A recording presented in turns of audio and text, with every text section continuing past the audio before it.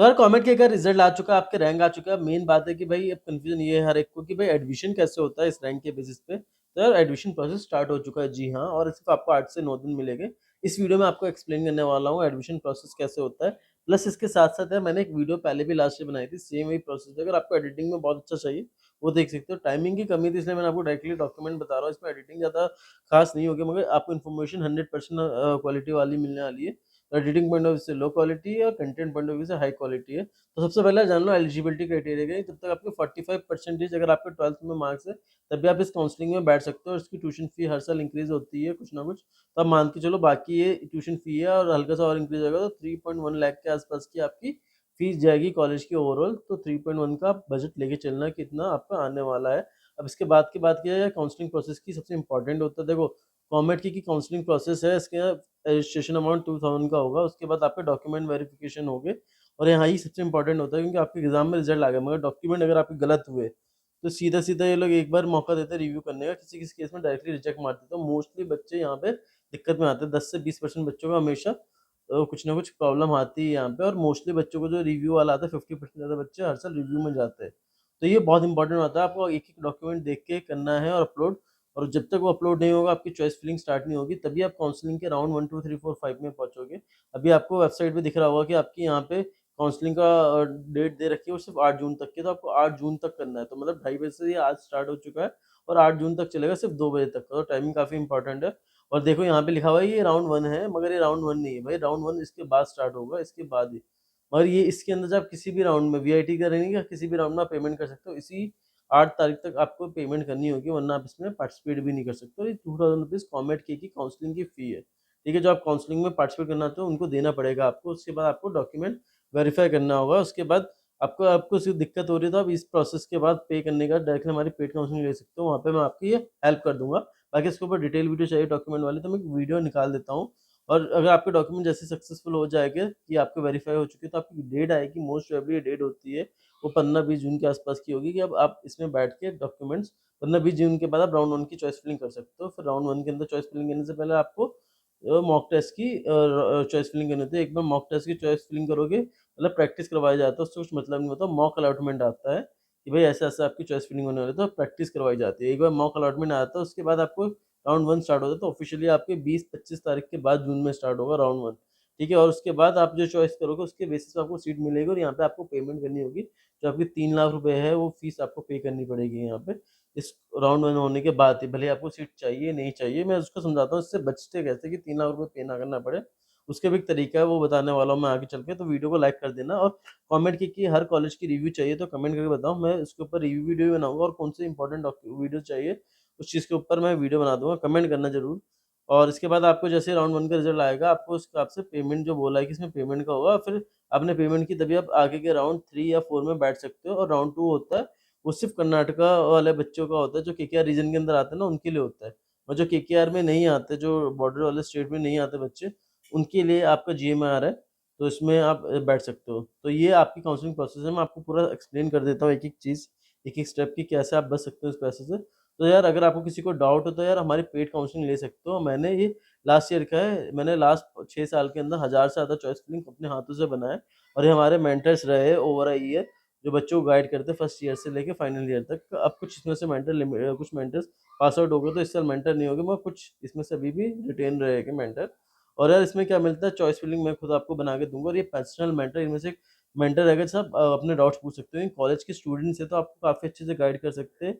बैंगलोर का एनवायरनमेंट कैसा है, क्या-क्या इश्यू आते हैं, एक्चुअल रियलिटी क्या है, सब कुछ आपको, क्योंकि आपसे एज में 2-3 साल बड़े हो गए तो आप इनसे आराम से कुछ भी पूछ सकते हो, अपने भैया समझ के आप बात कर सकते हो। फिर हम आपको डॉक्यूमेंट वेरिफिकेशन का, इसके अंदर मैं आपको डॉक्यूमेंट वेरीफाई करवाऊँगा ताकि आप एक बार पेमेंट कर दोगे वेबसाइट पे जाके अपने पोर्टल पे, उसके बाद जो डॉक्यूमेंट वेरिफिकेशन का स्टेप होता है वहाँ से मैं आपकी हेल्प करूँगा। डॉक्यूमेंट वेरीफाई करके मैं दूँगा, फिर चॉइस फिलिंग भी मैं बना के दूँगा, ठीक है?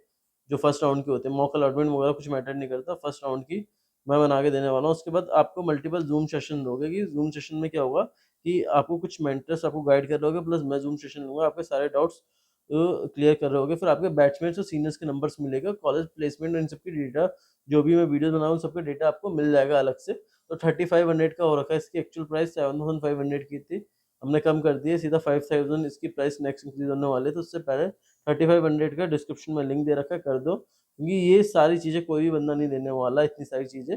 और हर एक चीज़ है उसमें से, मैं 2 चीज़ भी माइनस कर दूँगा तो भी हम लोग 4 चीज़ें भी देंगे तो भी सबसे बेस्ट रहेगी। फिर भी मैं इतनी सारी चीज़ें आपको प्रोवाइड करने वाला हूँ। अब चाहे तो कहीं पे भी काउंसलिंग ले लो, बच्चे हर साल 2-2 काउंसलिंग लेते हैं पेड काउंसलिंग का, लास्ट में बोलते हैं कि आपकी काउंसलिंग सबसे बढ़िया लगी थी।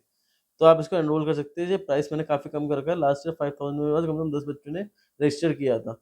वो प्राइस वापस हो जाएगी इंक्रीज़ करके, क्योंकि लास्ट ईयर मैक्सिमम प्राइस 5000 डाली थी। इस बार 7500 मैक्सिमम प्राइस होने वाली है। मतलब कुछ ना कुछ बच्चे इस प्राइस में भी आएँगे, तो इस प्राइस तक ना जाओ तो अभी आप एनरोल कर देना, क्योंकि 1-2 दिन में प्राइस इंक्रीज़ करके 4000 कर दूँगा। उसके बाद इसकी प्राइस 5000 की हो जाएगी सीधा-सीधा।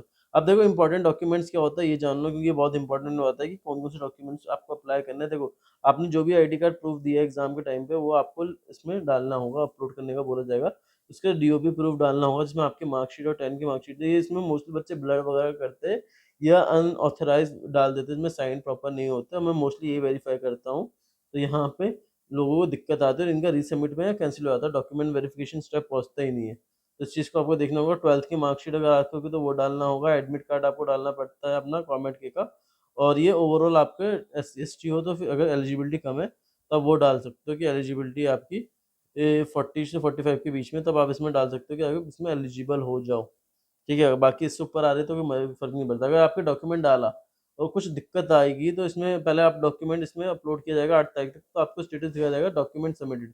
एक बार सारे डॉक्यूमेंट सबमिट हो जाएगा, उसका स्टेटस आने लग जाता है, अगर बोलता है रीसबमिट, मतलब आपको डॉक्यूमेंट्स में कुछ ना कुछ प्रॉब्लम है और आपको डॉक्यूमेंट्स 12 घंटे के अंदर सबमिट करना होगा, वरना दिक्कत आ जाएगी।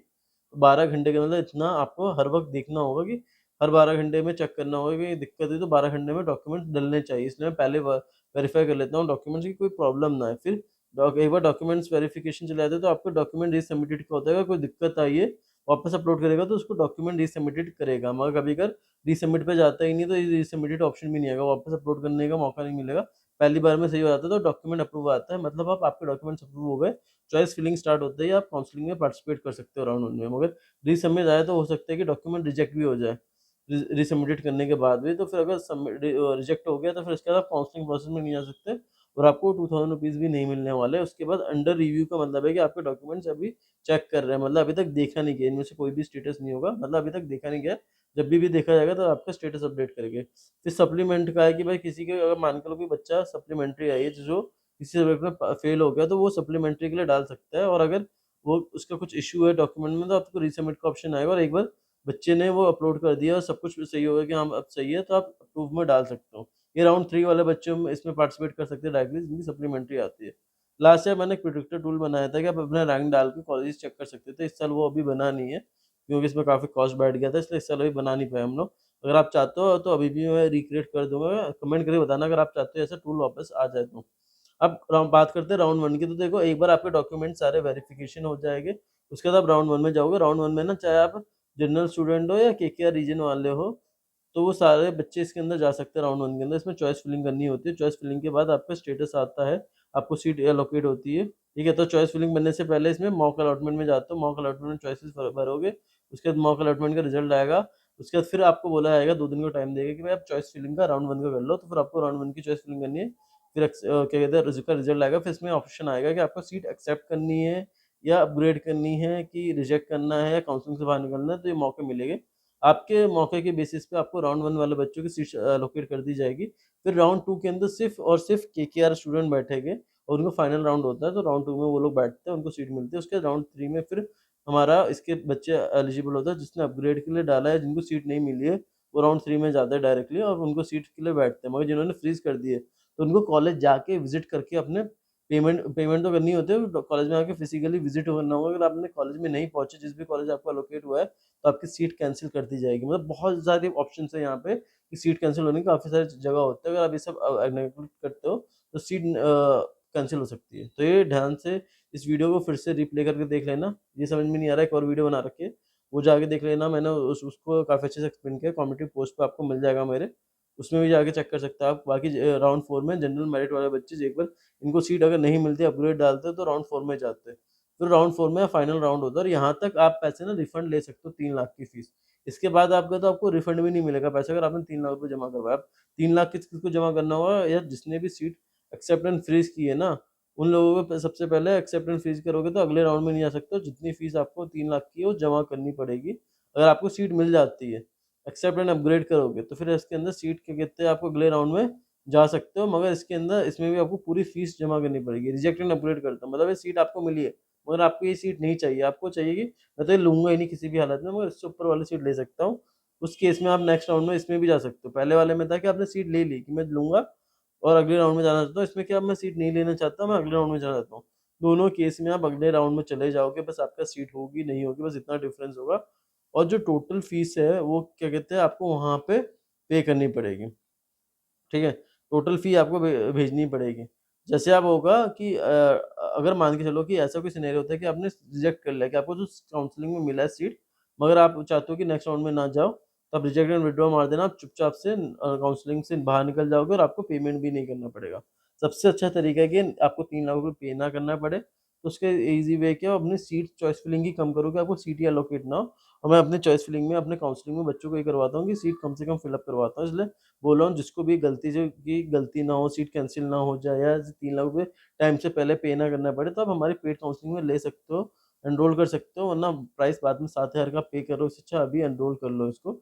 और रिफंड लेने के लिए एक ही तरीका होता है कि आप राउंड 4 के बाद रिफंड ले लो, वरना हर एक के बाद आपको सीट सरेंडर करने का ऑप्शन आता है, हर काउंसलिंग के बाद, या तो उसमें करो। अगर आपने एक्सेप्ट एंड फ्रीज़ कर दिया राउंड 3 के बाद, तो आपको फिर इसमें रिफंड नहीं ले सकते। और राउंड 4 के बाद, राउंड 4 का रिज़ल्ट आने के बाद आप तो भी रिफंड क्लेम नहीं कर सकते। तो राउंड 3 तक का ही आपके पास ऑप्शन है कि राउंड 1, 2, 3 की सीट कैंसलेशन पीरियड के अंदर आपके पैसे रिफंड होंगे। और पैसे कब रिफंड होंगे, आप चाहे राउंड 1 में पैसे डालो, तो राउंड 2 में कैंसल करो, राउंड 3 में कैंसल करो, जब तक राउंड 4 नहीं होता, सारी सीट सबमिट नहीं होती, सारा काउंसलिंग प्रोसेस खत्म नहीं होता चारों राउंड का, उसके 3 वीक के बाद आपको पेमेंट मिलेगा। तो रिफंड पॉलिसी का, रिफंड का टाइम बहुत बड़ा है, तो ये सब चीज़ें आपको देखनी पड़ेगी। बाकी अगर कोई डाउट हो तो कमेंट करके बताना, एक वीडियो मैं बना दूँगा। और अगर आपको डॉक्यूमेंट्स में चाहिए प्लस किसी कॉलेज का रिव्यू चाहिए, कमेंट करके बताना, उसके ऊपर भी वीडियो आ जाएगी। तो वीडियो को लाइक करके चैनल को सब्सक्राइब कर देना।